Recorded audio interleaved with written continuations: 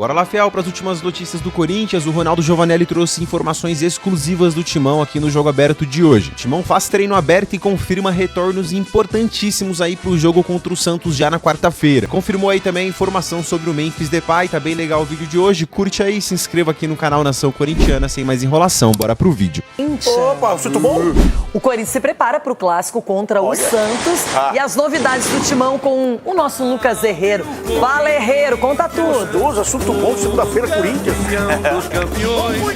É isso, Rê. Dia de treino aberto no Corinthians. Muito boa tarde a você e a todo mundo que acompanha o Jogo Aberto. Quando a semana começa assim, não tem como ser ruim, né? Corinthians se preparando pro confronto diante do Santos. Quarta-feira tem clássico alvinegro na Vila Belmiro e todos os olhos estão voltados para quem? Não é pra mim não, é pra aqueles caras que estão ali atrás, ó. Rodrigo Garro, principalmente, ele que não joga há um mês. O Anderson Gomes vai dar um zoom no trabalho do Corinthians.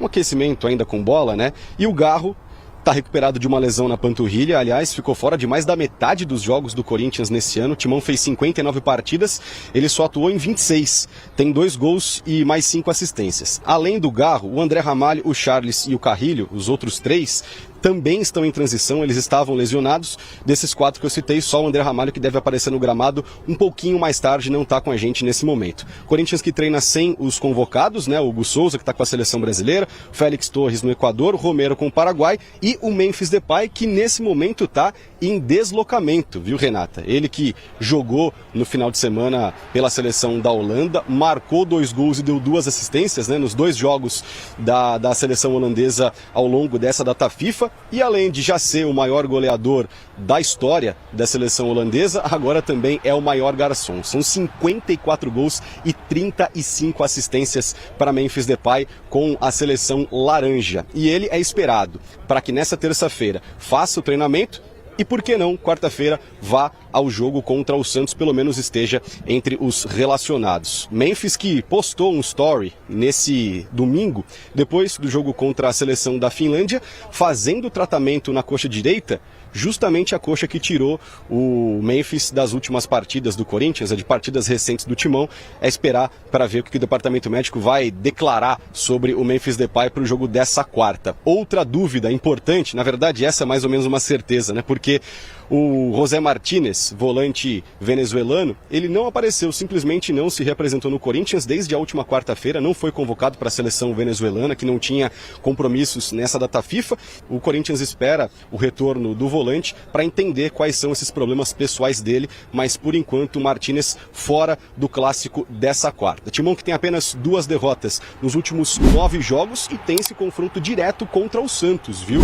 Se o Corinthians vencer, se afasta de vez do Z4, mas se perder, o Santos fica a 2 pontos do Timão. Corinthians é o 12º, Santos é o 16º. Tá certo, Rei? Então, semana de clássico alvinegro com treino aberto. Devolvo para você aí nos estúdios e esperamos, né? O jogo de quarta-feira, mais um jogo que vai pegar fogo, mais um clássico entre Corinthians e Peixe. Ótimo, muito obrigada, Lucas Herrero, pelas informações.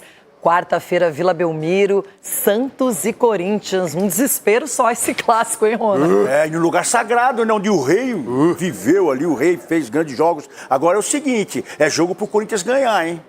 Jogo pro Corinthians ganhar, para subir na tabela, dar uma tranquilidade. O Memphis deve estar voltando já, deve estar chegando já para concentração, essa coisa toda. Descer a serra, o Corinthians vai tremer. É, descer na serra ali, meu pai. Jogo difícil, mas eu acho que tem. E o José Martínez já apareceu? Quem? Martínez. Não, acho que tá com problema na família aí e tal. Tá com a família, acho que é o filho dele que tá com problema. Mas aí o Dorival já tem que colocar o jogador lá pra, né, dar uma moral também para deixar o Martínez com a cabeça boa para cuidar da família. Dívidas, risco de transfer ban e muita incerteza sobre o futuro. Assim caminha o Corinthians. O clube divulgou o balancete financeiro do mês de julho. 103 milhões de reais de déficit. Mais uma vez, gastou mais do que arrecadou. Com isso, a dívida chega a 2 bilhões e 700 milhões de reais. Quase um quarto desse valor se refere ao estádio. O resto se divide em dívidas com bancos, impostos, direito de imagens de jogadores, além das pendências com outros times. Por falar nisso, o Timão vive mais um período sem poder inscrever jogadores. O clube sofreu um transfer ban da FIFA pela dívida de 34 milhões de reais com o Santos Laguna, do México, pela contratação do zagueiro Félix Torres. A punição cai se as partes chegarem a um acordo, mas não parece que isso vá acontecer tão rapidamente. E a coisa pode ainda piorar. O Corinthians pode sofrer mais sanções por uma dívida com o paraguaio Matias Rojas. Isso sem contar as pendências com os clubes que negociaram Garro, Maicon, José Martínez e Charles com o Timão. Além disso, segue a investigação em relação aos gastos nos cartões corporativos por gestões anteriores. Nessa última semana, a Comissão de Ética e Justiça do Alvinegro solicitou à diretoria financeira as faturas dos cartões corporativos, de janeiro a julho de 2018, período inicial da última gestão de André Sanches, que estavam faltando. O Ministério Público não cobrou o clube, porque acredita que terá acesso a essas faturas por meio da quebra de sigilo bancário. Tanto a Comissão de Ética como o Ministério Público consideram essencial a investigação dessas faturas. Soma seus problemas políticos e financeiros à instabilidade do time em campo. Eliminado da Libertadores e da Sul-Americana, o Timão oscila e não consegue engrenar no Brasileirão. Em 27 jogos do Campeonato Nacional, a equipe comandada por Dorival Júnior sequer conseguiu 2 vitórias seguidas. Fora os problemas com lesões. O técnico só teve o trio formado por Memphis Depay, Rodrigo Garro e Yuri Alberto disponível em um jogo do Brasileirão, no empate por 1-1 contra o Fortaleza, em agosto. O Timão ainda corre risco de rebaixamento, mas pode sonhar com Libertadores se tiver uma sequência de bons resultados. A esperança de mais um título na temporada fica por conta da Copa do Brasil. A equipe está na semifinal e vai enfrentar o Cruzeiro, mas esse confronto vai acontecer só em dezembro. Até lá, o foco é total no Brasileirão. E sem previsão de reforços como aconteceu no ano passado. Afinal, tem muita conta que ainda precisa ser paga no Timão. Que quarta-feira tem clássico diante do Santos e, gente, o Rodrigo Garro tá de volta, tá recuperado das suas dores na panturrilha, treinou normalmente com bola e com o restante dos seus companheiros, ou seja, já tá trabalhando com o grupo inteiro, já tá fazendo as suas atividades de uma forma natural. Claro que, depois de um mês afastado, pode ser que ele não comece o jogo, pode ser que ele seja apenas relacionado, entre no decorrer da partida, já ajuda, né? Ganha alguns minutos para ir soltando e tudo mais, ganhar um ritmo de jogo. Mas o fato é que é o primeiro jogador a voltar, né, daqueles que estavam participando da transição. Vamos ver se o André Ramalho também evolui nesse sentido. O André Carrilho, acho que um pouco mais para frente.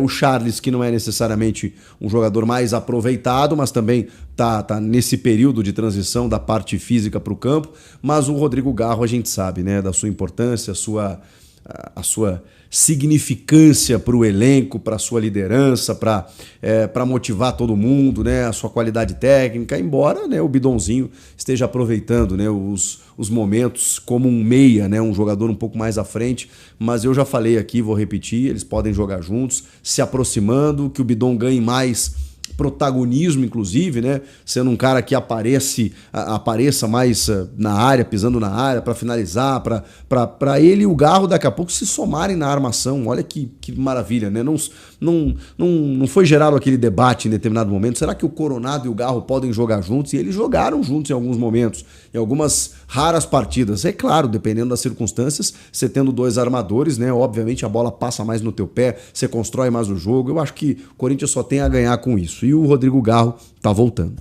Inclusive o craque Neto se manifestou, depois ele voltou atrás, porque, claro, mexe com os colorados e mexe com os corintianos. Estou falando do título de 2005, conquistado pelo Corinthians, e que é reivindicado agora, desde sempre, né, mas agora de uma forma um pouco mais incisiva, por parte do Corinthians. Vamos primeiro com a informação. O que está acontecendo nesse momento, né? Porque a gente teve alguns episódios... Tem o título de 87, que para muitos é dividido, né, entre Flamengo e Sport. O Atlético Mineiro conseguiu a reivindicação de um título de 1937 junto à CBF. Então algumas, digamos assim, recorrências, algumas solicitações anteriores, elas estão sendo feitas agora por parte da CBF. Sempre tem aquela história da FIFA revisitar os seus títulos mundiais ou intercontinentais, né? Não, nesse momento acontecia isso, nesse momento acontecia aquilo, dando um certo contexto histórico para a época e tal. Mas vamos lá, o conselheiro, vamos dar nome ao fato aqui. O conselheiro Leonardo Aquino, ele entrou com essa solicitação, apresentou um pedido no Conselho Deliberativo do Inter. E os conselheiros, eles entenderam como plausível, como interessante. Eles aprovaram de que o Inter pudesse reivindicar esse título de 2005.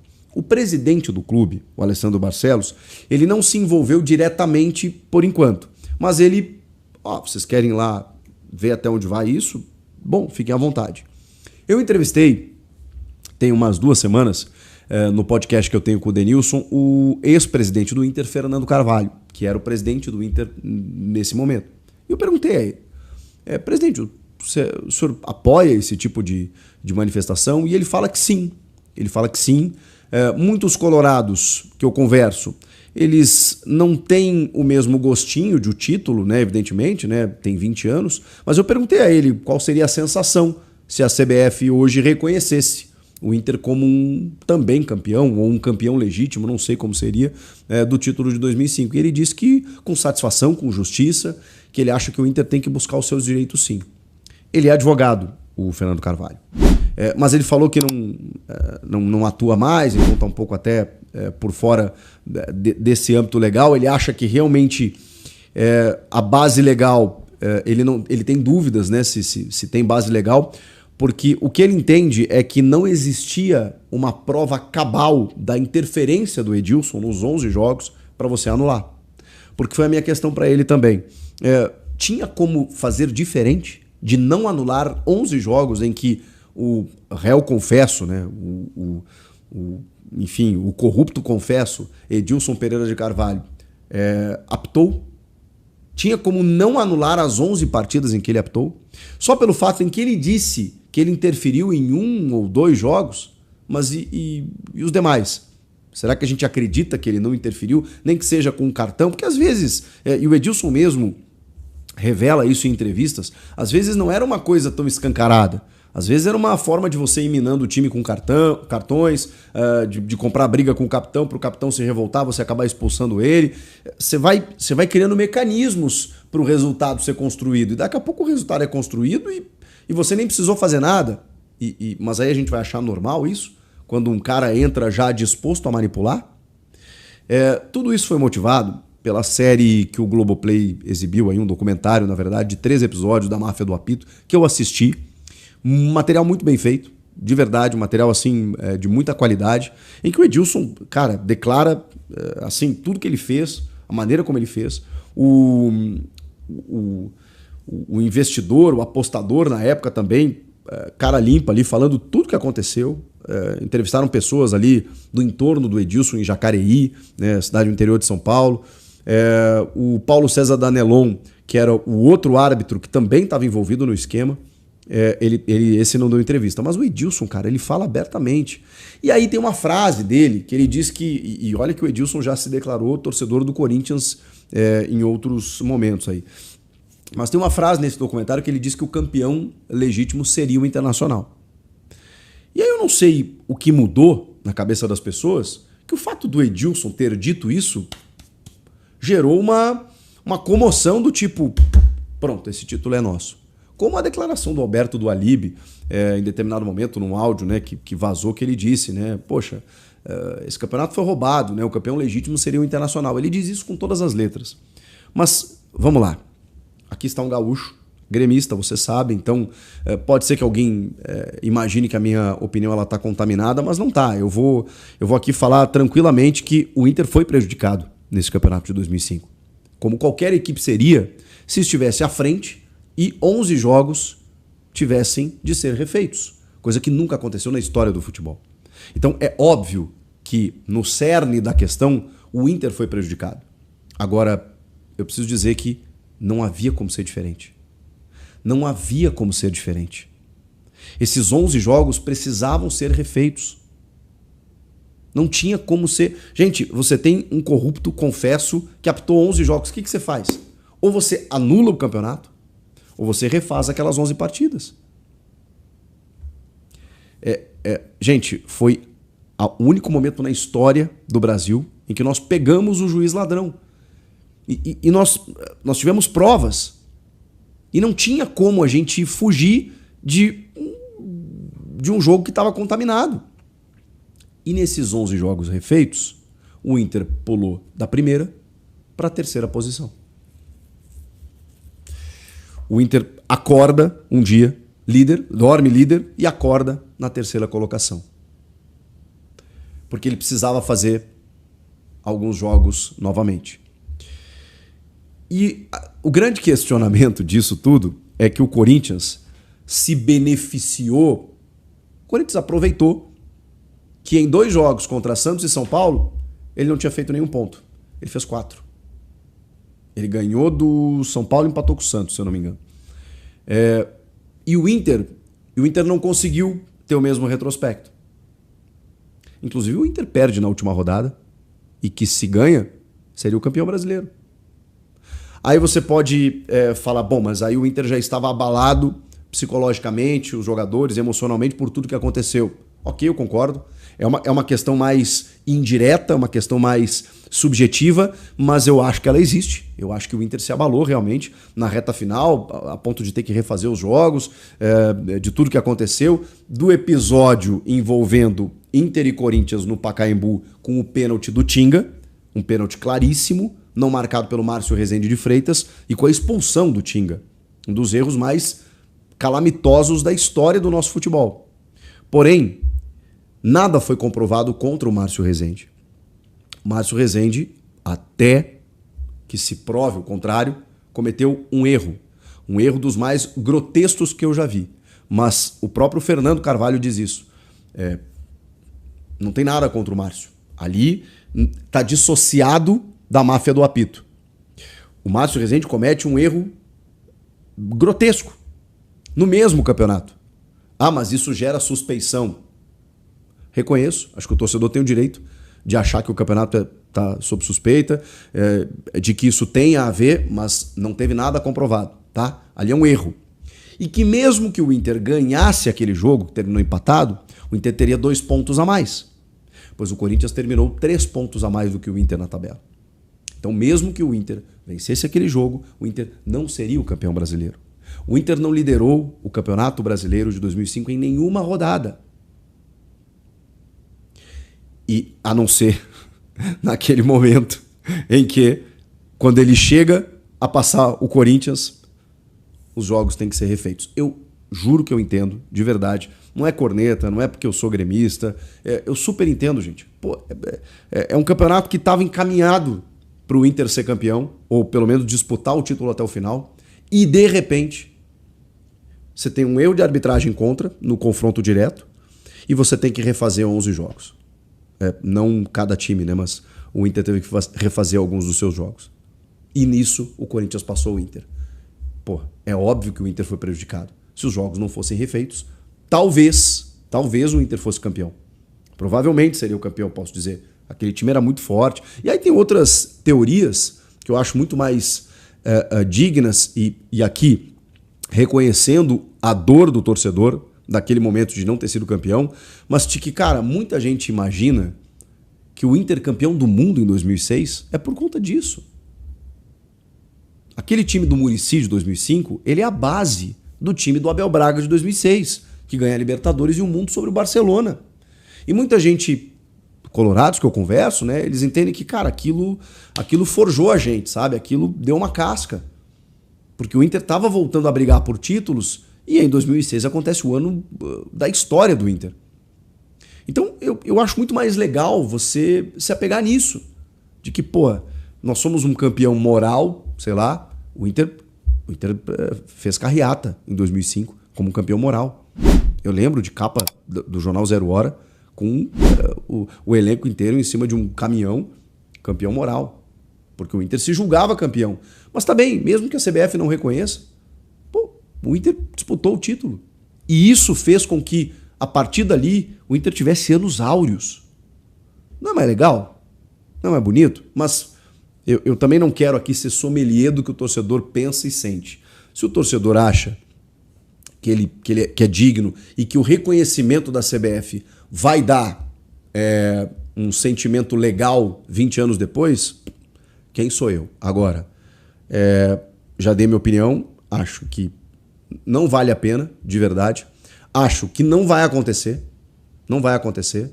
Não tem base legal, na minha opinião, embora leigo juridicamente, mas você não era líder, os jogos tiveram que ser refeitos, o Corinthians aproveitou, o Inter não, o Inter ainda podia ter vencido na última rodada, não venceu. Então, assim, qual a sustentação para que o Inter seja o campeão de 2005 e não o Corinthians?